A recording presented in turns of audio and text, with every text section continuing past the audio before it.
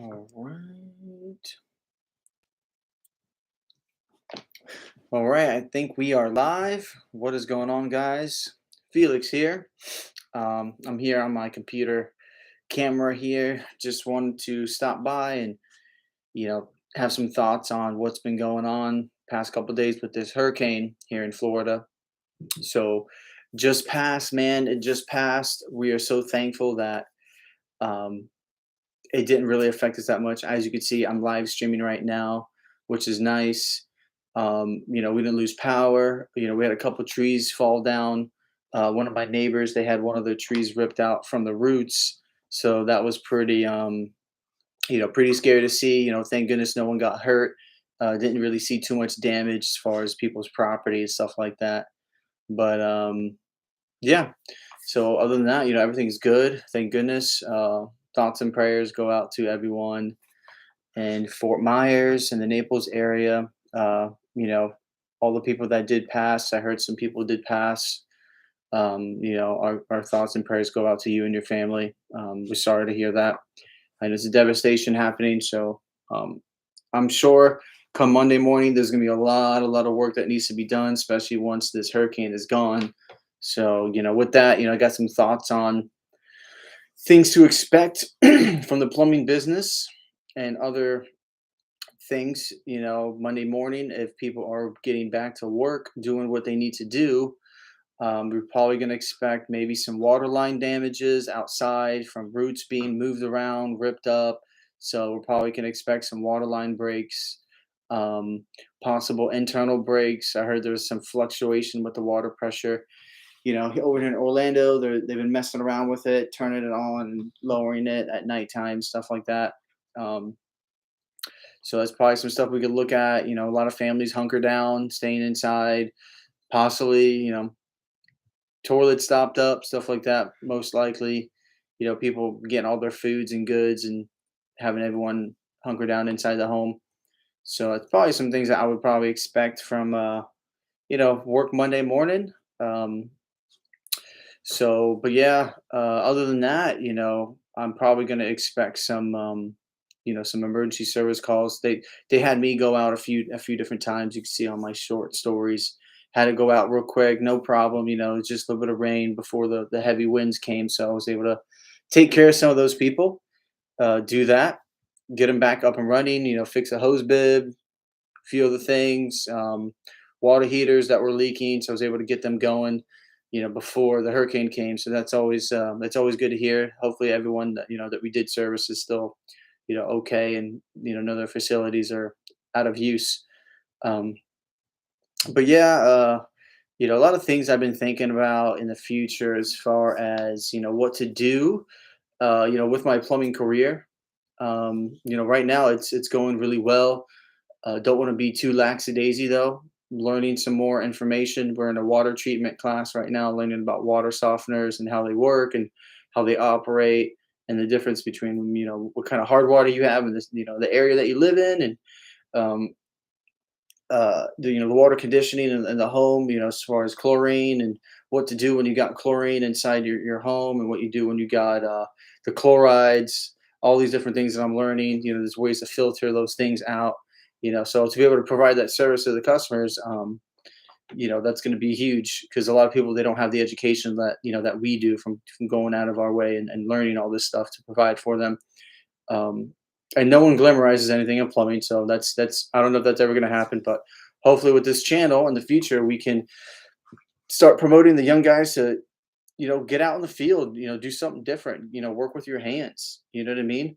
Like this is such a great trade to get into. I mean, it's so vast. There's so many things that you can do: residential, commercial, industrial, so many different platforms that you can get onto and learn and study and reach out to a bunch of different people in the community and really make a difference in your community and feel good about it, and charge appropriately. If you're going to do a good job and you have licensing and insurance and all these things that are in place, then you have to charge what you have to charge to stay in business.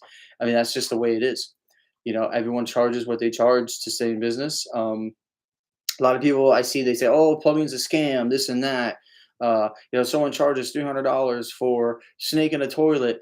I'm like, well, I mean, it depends on, if you have a warranty or not. A lot of people, they do have warranties, but if you don't, that's probably what it's going to cost to come out and snake the toilet. You got to think about it this way: when you make the phone call, who picks up the phone? You got CSRs, you got dispatchers, all those people are into account that are getting paid for as far as the equipment goes, and as far as the whole process that's involved. That costs money to even get someone to go to your house to even look at something. It costs us money. It costs a business money to do so. So I mean, if that's what they charge and that's what their overhead is, it is what it is. But it's up to the technician to be able to explain these things to you and give you options on what to do. If you have an old toilet, say, hey, this toilet's old.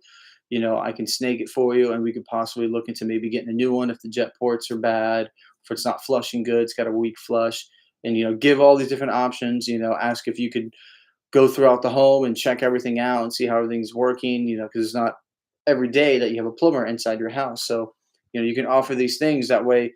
They don't call when it's obviously an emergency, or when it's not in the best timing, because it never is the best timing.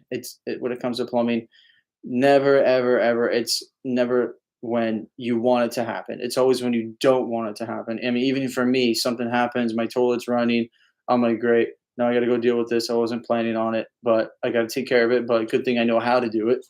So when you're in the when you're in people's homes, you want to just talk to them, build a rapport, build the relationship.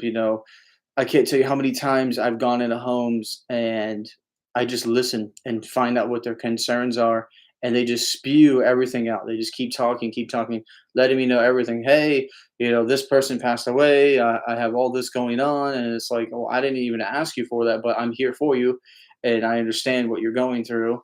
So I'm there to help you get through what you're going through. We're not just plumbers. Sometimes you got to talk to them financially and let them know, hey, we have a big problem here, and this big problem is going to cost a little bit of money, or it's going to cost a lot of money. So depending on what's going on, slab leaks, stuff like that, water heaters leaking, you know it definitely costs a good amount of money. So if they don't have money aside, or they don't have means of getting the finance ready available to them, financing is always a good thing to have, for a company to provide to customers at the house, because not everyone can afford, 10 plus $1,000 to repipe their house. They want to go with the cheapest guy who has no insurance, it doesn't have anything, or it's two guys in a truck, or they don't pay their guys good, so they rush, or they use old parts. So all these different things are factors into when it comes to this kind of business and this kind of service industry. So having the knowledge and explaining that to the customers, letting them know that you provide quality product. You get all your stuff from a plumbing supply house. You don't go to Home Depot every time you need something. You go to a Ferguson, or a main distribution that sells good quality heavy duty metal products, not cheap plastic stuff. That's basically every Home Depot and Lowe's. I still go to Home Depot and Lowe's, it's not like I don't, but you want to try to provide the most things you can from your supplier, which is quality products. So those are all the things that you want to look into. As far as getting into the game, it's knowledge based, learning what you need to learn. For these young guys out there, I can't stress enough that this field is really a really good field to get into. I mean, it's totally changed my whole life. I mean, I'm able to pay for my stuff. I have a truck. I purchased another vehicle for a business that I'm doing that I'll talk about a little bit later. I'm able to help with my wife's car payment, so I'm able to pay for that, rent, everything else, and still be able to save money and put it away, which is really really helpful. I mean, I know money's not everything, but money is everything. If you know what I'm saying, it's everything until you get to a certain point to where you can pay for things comfortably and live not beyond your means. You live as comfortable as you can, and save money for the future. And if you want to build a family, then you can definitely do that here. And And getting into the game, it's endless. It's you can just keep going. I mean, you can learn more, do more, sell more, provide more. You could grow a company. You can branch off. You can get your license. You can sell. Let people use your license, charge them for it. I mean, there's just so many different things that you can do. So I encourage young guys to get into this field. I mean, it's like I said, it's totally changed my life. I was working 9 to 5, over here, over there, you know, $7, $8, $9 an hour, and my last job, $12 an hour. Even some other companies still 11, 12, $13 an hour. I mean, I was at a manager's company. I love the company, but I won't say their names. Actually, I will say their names. Guitar Center. I was working at Guitar Center. I still love you guys, but $15 an hour compared to what I'm making now as a manager, working twice as hard, hour after hour, with like barely any breaks. Your 15-minute break, your a 1 hour lunch break, and only bringing home a certain amount of money and not making your bonuses. I mean, it is what it is. But it was a great learning experience. I got to learn how to management, how to manage people, even though that didn't really work out too well because it's hard to manage people that are not making as much money, and that's the thing. It's hard to manage people when you're not paying that much, which that's just the way it is. It's corporate America, capitalism. They want to pay people as little as possible, and you get you to work as hard as possible. So lucky enough in this field, the harder you work, the smarter you get, the more knowledge you know, the more money you make. And you can make six figures easy. I mean, easy. I'm not just there yet, but with my side business and with doing what I do now, I'm pretty close to it. I'm very close to it. So I mean, it's an amazing field. It's an amazing job to get into. Like I said, servicing people, helping them, taking care of people that have issues, that don't know what's going on, that are very stressed out. I mean, it's very meaningful to get into this field and do those kind of things because it's all about the people. If you can help, you know, as many people as possible, like hundreds of people, then yeah, you're gonna solve all their problems and make good money doing so. So I mean, if you're not afraid to get a little dirty, not afraid to work hard, work with your hands, potentially maybe get hurt sometimes. I mean, I definitely have bled a few different times. If you're not afraid of those things, maybe give plumbing a try. Um, Now, not all plumbing companies are, that great because they don't have your best interest in heart. But, um, if you find a good company and you want to stick with a company and learn as much as you can make great money. So I encourage anyone to get in the field and and start making the money that you deserve because we all deserve to make a livable wage. Um, so we can provide for our family and our kids and stimulate the economy, buy stuff that you always wanted to buy. I've always wanted a boat. you know Eventually, I mean, it's not my main priority, but I'm a big fisherman, so I want to be able to get a boat one day. A nice little house, nice truck. That's really it. Nothing crazy, not trying to take over the world, anything like that.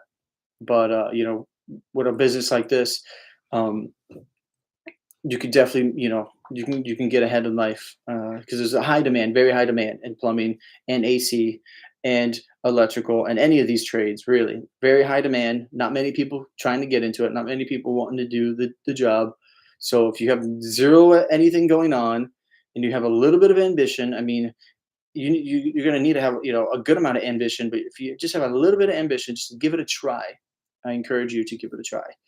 Um, I haven't looked back since. So it's been about a year and a half, getting close to 2 years. Probably next year in March will be my be 2 years, and like I said, I've already made so much money. It's just crazy, uh, the kind of money that you can make and take care of people, help them, get them out of their situation. That's the main goal, is to help people, serve the community, serve others. Uh, there's all these famous guys out there that that have made a lot of money and this that, and the other thing, but how did they get that money? Did they lie, cheat, steal, or did they help as many people as they can and get people to inspire each other to do the same? and help other people make money and save money and whatever, with all the different rebates going on with the newer technology. There's just so much stuff that you can do. So I encourage any of you young guys. I'm young myself. I'm 28 years old. But if you're younger than me or older than me, it really doesn't matter. As long as you have ambition, you can get into it. Learn as you go. Start out as an apprentice. Acquire some hand tools, basic stuff. Get into the game. Start working, learning everything. Code requirements. I'm in Florida, so Florida code, building code, all those things that you need to know to be successful and to be a good technician. you know it's really about the face-to-face customer interaction, and that's how I perform so well. It's because I'm pretty good at talking to people, pretty empathetic. I listen to what they got to say, um, and just go from there. And the rest is history. I mean, it's really that simple. And then you can always branch out to other things. You don't have to do this for the rest of your life. You don't have to break your back the rest of your life. But if you have nothing else going on, no idea where to go, no direction, maybe a trade might be something that you'll be interested in. Now, if you got other things going on, great. Then it may not be for you. I didn't think it was for me until now, but who knows what the future lies? I could be anywhere in the future. I have no idea. I didn't think I would be where I'm at right now. 3, 4, 5 years ago, I did not think I'd be here. So I'm very, very grateful. Um, but yeah, that's about it. Just wanted to come by and let you guys know I'm good. My family's good. After this hurricane, everyone's all good. And still, prayers go out to everyone in Fort Myers. Um, I want to be, seeing what's going on. Maybe if we could figure out some things that we can do in the future to go over there and help out. If I have to do something like that, I would definitely look into doing something like that. It really just depends on what they're saying. So we'll just keep updated and see how they're doing. Maybe some donations would help them. Um, yeah, I don't know if there's any GoFundmes or anything. I think Salvation Army or something like that is what I heard on the news, that they're going to be offering for people to go out there and donate some money to help the whoever's in need right now. So, uh, like I said, prayers go out to them. Hope everyone overcomes this obstacle, this tragic obstacle, and we get over it and thrive from it. I'm sure there's gonna be a lot of insurance claims, that's for sure. So, but all right, I'll talk to you guys next time. This has been Felix, the Journeyman, and I'll see you guys next time.